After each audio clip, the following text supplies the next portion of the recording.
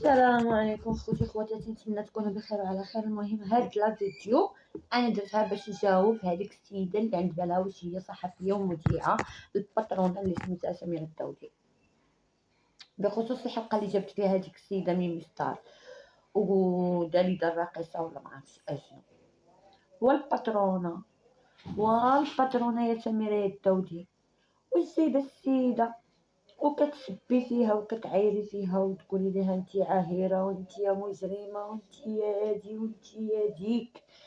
واش نسيتي ياماتك في تايلاند؟ انتي اكبر عاهره شافها المغرب واكبر باترونه شافها المغرب، وعندك الوجه اللي تجيبي بنات وتجلسي ديري لهم هكاك وتجلسي تطبقي عليهم السياسه ديال القمع، كتقمعيهم.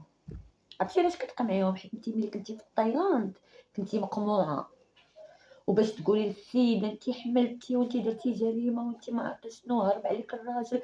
حتى انتي راه هرب عليك الراجل في تايلاند اللي دوز بك وقيدتو ودار لك مساحه ونصب عليك وخلاك حامله وهرب.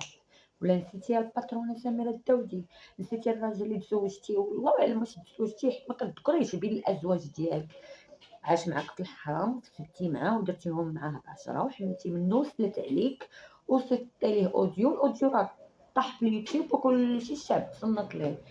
باش تجي من الليله وضحاها وتولي مذيعه وتحاولي انك تمسحي حياتك بلاستيك وتبداي حياه جديده وتجلسي تقمعي في بنات عباد الله، التاريخ لا يرحم واليوتيوب لا يرحم.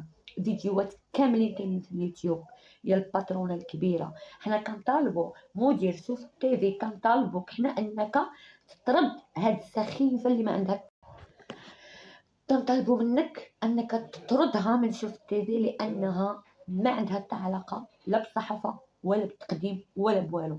كتجيب ضيوف ناس عاديين في المجتمع، هذاك هو مستواها. سيري شوفي مقدمات ديال دوزيام، مقدمات والصحفيات الكبارات اللي كيستضيفوا وزراء وكيستضيفوا ملوك وامراء، شوفيهم كيفاش كيهضروا، شوفي الطريقه ديالهم كيفاش دايره، شوفي انت كتقبلي ناس مساكنه على قد الحال من المجتمع كتجيبيهم كتبداي تقمعي فيهم وكتمارسي عليهم السلطه وكتمارسي عليهم.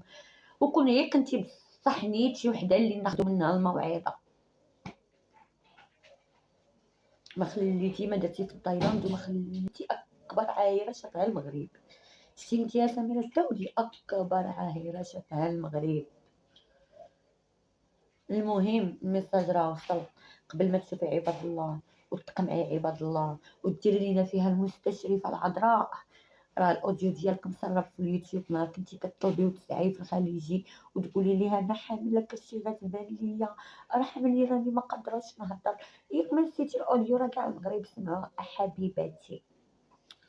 المهم نتمنى الميساج يوصل، وقبل ما تقمعي بنات الناس شوفي نتيا ظهرك اش فيه. باي.